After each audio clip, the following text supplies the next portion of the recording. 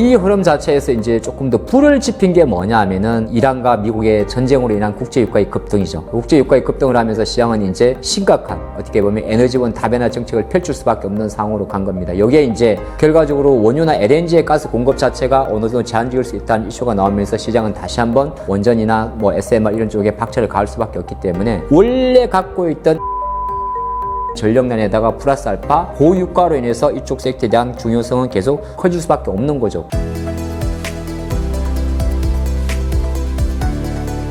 매주 화요일 저녁 8시에 진행되는 무료 특강 아래의 링크에서 신청하세요. 1분기에는 범용 디램 수익성이 HBM보다 높았다는 분석이 있는데 2분기 디램 가격 상승 시 추가 성장 가능성은 어떻게 보시나요? 네, 뭐 아직까지는 삼성전자가 사실 HBM 시리즈 6세대가 HBM4고요. 6세대가 이제 올해 아직은 본격 양산 출하는 아니죠. 베라루빈이 완전하게 이제 출하한 게 아니기 때문에. 근데 이제 그거는 이제 빠르면 2분기, 뭐 늦어도 3분기 정도에 이제 영업이익 기여를 보일 것 같고, 이번에 그 삼성전자 57조에서 범용 디램의 수익성이 높았다는 걸 우리가 수치로 확인해 볼 수 있는데 어떤 수치냐면 130조에 57조 원이었잖아요. 그러면은 영업이익은 사실 매출액은 30% 정도 커졌는데 영업이익은 20조에서 아까 말한 대로 57조니까 그냥 각설하고 50조로 계산할게요. 그럼 2.5배가 커진 거잖아요. 그래서 그러면서 어떤 숫자가 나왔냐면 삼성전자의 매출액에 대해서 영업이익을 계산하는 영업이익률 자체가 무려 43% 정도가 나왔습니다. 그 말은 뭐냐면 실제적으로 현재까지만 놓고 봤을 때는 범용 디램의 수익성이 HBM보다 높은 것은 사실입니다. 그리고 그 상태가 지금 현재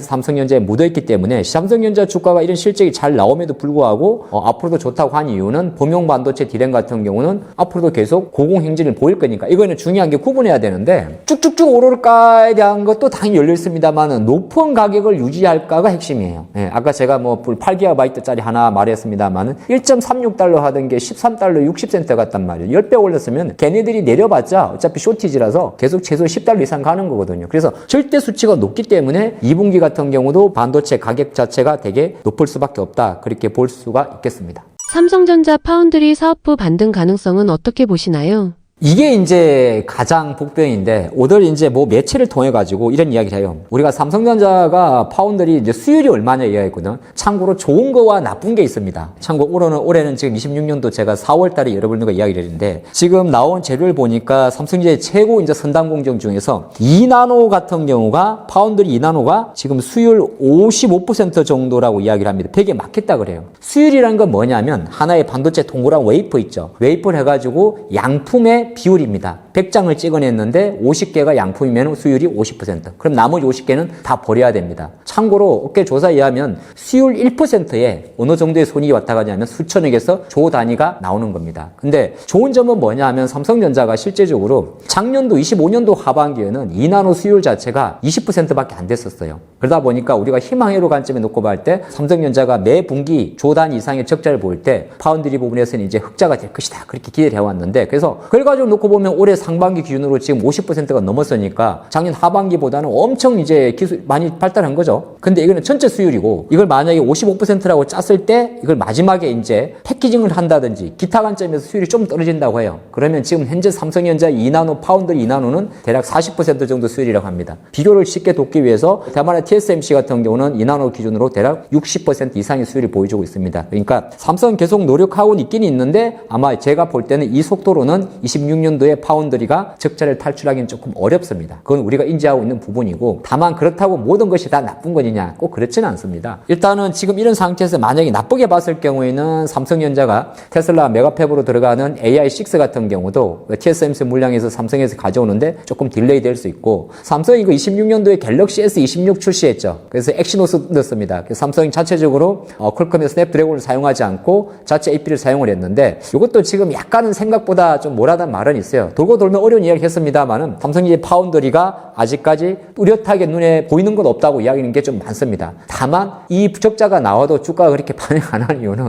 파운드리가 아니라 메모리 부분에서 워낙 실적이 좋기 때문에 실제적으로 우리 투자를 하시는 분들은 뭐 하나의 옵션으로 그래도 삼성전자가 파운드리 사업 부분이 적자가 축소되는 게 또 삼성의 입장에서 주가가 날아갈 수 있는 그런 모멘텀이 아니냐 그런 이야기를 많이 하는데 맞고 틀림의 문제를 떠나가지고 맞는 말이고요. 근데 중요한 거는 그걸 좀 기다려 주려고 그랬는데 메모리 쪽에서 너무 잘 나가니까 현재는 약간 아쉽게도 삼성전자의 파운드리 2나노 양산 자체가 조금 아직까지는 50% 100에 막혀 있지만은 이건 아마 시장 주식가 관점에서는 약간 그렇게 큰 노이즈는 되지 않을 것 같지 않겠다. 그리 보겠습니다. SK 하이닉스 실적도 서프라이즈 가능성이 있다고 보시나요?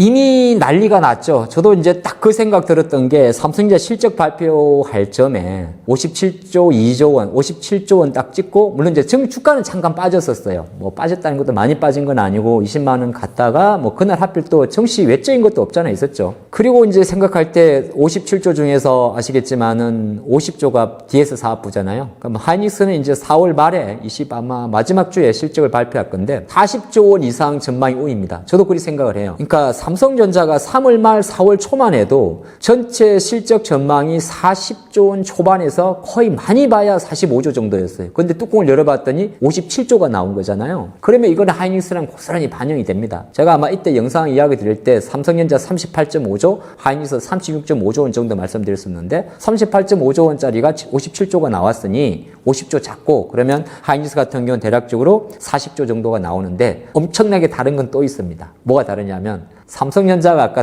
43%의 매출 총 영업이익률을 보였다고 했죠. 하이닉스는 더 높습니다. 그러면 그 관점이 있기 때문에 아마 시장 관점에서는 하이닉스도 서프라이즈 가능성이 엄청나게 높을 거고 근데 두 기업의 주가만 놓고 보면 사실은 주가는 평행선이에요. 예, 그러니까 이제 또 투자분들이 또 하이닉스에 투자하고 계신 분들도 와 삼성도 그런데 하이닉스 그럼 실적 전망이 되게 높으니까 좋다. 똑같이 좋습니다. 그래서 실적에 대한 어떤 서프라이즈 가능성은 하이닉스도 뭐 그대로 보여주는 그림이라 긍정적으로 봐도 된다. 그렇게 보겠습니다. 삼성전자와 SK 하이닉스가 추가 상승하기 위한 핵심 조건은 무엇일까요? 실적이 좋은데 두 기업 모두 다 시가총액 1위, 2위 기업입니다. 하나는 1000조가 넘고요. 하나는 600조가 넘습니다. 첫 번째 전제 조건이 뭐라고 그러면은 아주 쉽게 이야기할 수 있습니다. 그거는 글로벌 증시의 안정이겠죠. 그렇게 볼 수가 있는 거고. 근데 가만히 이제 우리가 수급을 보게 되면 그게 제가 볼 때 너무 쉬운 이야기인데 저는 맞다고 봅니다. 3월 달에 외국인이 한국에서 36조를 팔았습니다. 그 중에서 삼성이 거의 30조 원이었어요. 근데 삼성은 우리나라 시가총액 기준을 놓고 봤을 때 전체 코스피에서 차지하는 비중이 20% 중반이 넘습니다. 그럼 외국인들이 3월 달 이란과 미국의 전쟁 속에서 주식 비중을 줄여야 될 때 여러 개를 많이 줄이는 게 나을까? 하나만 줄이면 됩니까? 하나만 줄이게 됩니다. 어차피 시가총액 싸움이니까. 그래서 그런 과정이 있는 거고 그러면 삼성전자가 57조 하이닉스 이렇게 나와도 그 중요한 거는 이 기업의 주가가 계속적으로 상승하기 위해서는 일단은 대외 환경적인 측면에서 오히려 그러니까 이거는 주식과는 별개의 관점이에요. 그 자금들이 주식을 팔거나 살 때는 첫 번째는 개별주는 그 기업이 갖고 있는 모멘텀과 실적을 가지고 투자를 합니다. 근데 조금 이제 덩치가 커지게 되면 시장 메커니즘으로 오기 때문에 어느 덩치가 커진 친구는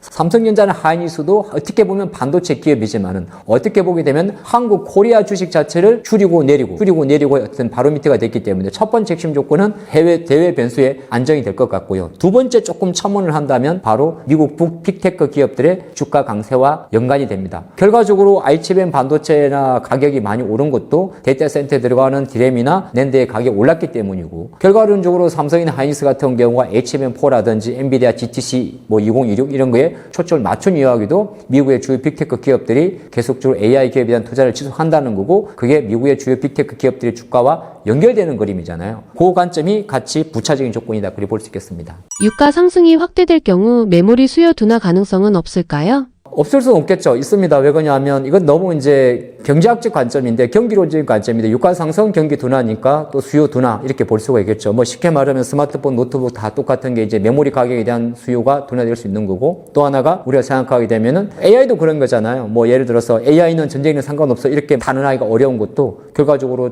고유가로 인해서 경기가 둔화되게 되면 미국의 빅테크 기업들도 생각보다 투자 속도를 지연할 수 있고 근데 이거는 이제 너무 교과서식이 되는 거고 그래서 뭐 질문 자체는 이제 현명하나 제 답이 뭐 어중간할 수밖에 없는 거는 그건 맞는 말입니다. 유가가 상승되면 곧 경기 둔화. 그는 한국만의 문제가 아니라 글로벌이 똑같이 노출되는 리스크다 볼 수가 있기 때문에 그렇게 유가가 어쨌든 간에 기성적 고유가가 지속되는 한 모든 산업 자체는 불안한 거는 사실입니다. 뭐 그렇게 볼 수 있겠습니다. 소부장 후공정 AI 관련 투자 포인트는 어디일까요? 이제 반도체 이야기가 나올 때 보게 되면은 뭐 여러분들 많이 아시겠습니다만은 그런 이야기를 많이 하지 않습니까? 뭐 57조, 40조 삼성의 실적 잘 나왔다. 그럼 잘 나온 거는 기존에 있던 반도체죠. 뭐 내 메모리 DDR5가 됐든 그다음에 뭐 낸드가 될 거고. 근데 앞으로 더 잘 나오고 멀티플을 주려 그러면은 이제 그 같은 메모리를 만들어도 조금 더 첨단 패키징으로 가야 되는 겁니다. 그러다 보면은 시장에서 계속적으로 우리가 반도체 소부장 이야기할 때 기판 이야기하는 게 바로 같은 거죠. 첨단 패키징과 기판 쪽으로 가는 거거든요. 결과적으로 반도체를 어떻게 미세하게 만들어서 그거를 척청 쌓느냐, 그 다음에 조립하느냐, 패키징 붙이느냐 싸움이잖아요. 그러면 그걸 하기 위해서 테스트도 많이 들어갈 것이고 그런 흐름이 많이 발생을 하기 때문에 소부장 관점에서는 사실 지금까지는 이제 전공정 관련 기업들이 주가가 많이 좀 움직인 것도 없잖아 있긴 있었는데 그렇다고 해서 우리가 반도체 8대 공정 중에서 뭐 시각이라든지 세정이라든지 이게 전공정에 있는 기업들만 무조건 다 좋고 후공정은 뭐 안정기다 그런 게 아니에요.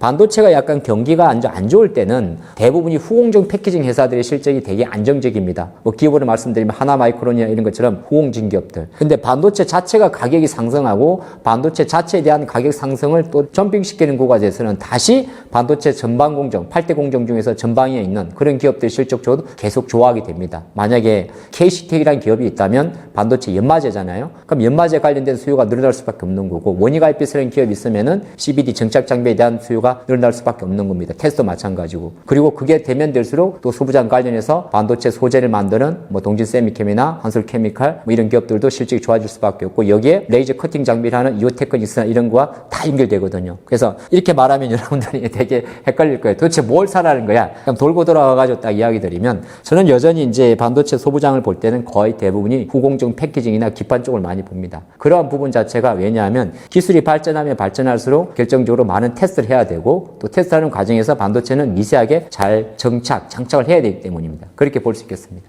AI 데이터 센터 전력 수요 증가로 원전 중요성이 계속 커질까요? 올해 26년도에 아마 두산 에너빌리티나 아니면 한전기술, 한전산업, 기타 원전 관련 밸류체인의 기업들 또는 국내 이제 건설 관련 기업들의 주가가 상승한 이유가 지금 말씀하신 대로 AI 데이터 센터에 대한 전력 수요잖아요. 그러니까 이제 이 흐름 자체에서 이제 조금 더 불을 지핀 게 뭐냐 하면은 이란과 미국의 전쟁으로 인한 국제유가의 급등이죠. 그렇게 볼 수가 있는 거고 그 국제유가의 급등을 하면서 시장은 이제 심각한 어떻게 보면 에너지원 다변화 정책을 펼칠 수밖에 없는 상황으로 간 겁니다. 여기에 이제 우리가 말할 때 뭐 재생에너지 할 수 있는 태양광이나 풍력이나 이런 것도 있긴 있습니다만은 결과적으로 원유나 LNG의 가스 공급 자체가 어느 정도 제한적일 수 있다는 이슈가 나오면서 시장은 다시 한번 원전이나 뭐 SMR 이런 쪽에 박차를 가할 수밖에 없기 때문에 원래 갖고 있던 데이터 센터에 대한 전력난에다가 플러스 알파 고유가로 인해서 이쪽 섹터에 대한 중요성은 계속 커질 수밖에 없는 거죠. 그 관점을 좀 보시면 좋다는 게 전반적인 관점이고 근데 이제 이게 원전이 조금 풍력이나 태양광은 다른 거는 풍력이나 태양광은 그냥 지으면 돼요. 뭐 이런 말하면 좀 그렇습니까? 태양광은 중국에서 태양광 판넬 사와가지고 차차차 산에 깔고 바다에 뿌리면 됩니다. 그 다음 윈드타워 같은 경우는 이제 우리가 만 풍력인데 부지 선정해서 뭐 어느 정도 이제 이렇게 하면 돼요. 하면 된다는 것도 물론 이제 부지 선정이나 이런 데 합니다만 생각보다 오래 걸리진 않아요. 그 다음에 그 님비 현상이라고 이야기를 합니까? 반대도 생각보다 그리 많지는 않은데 원전 같은 경우는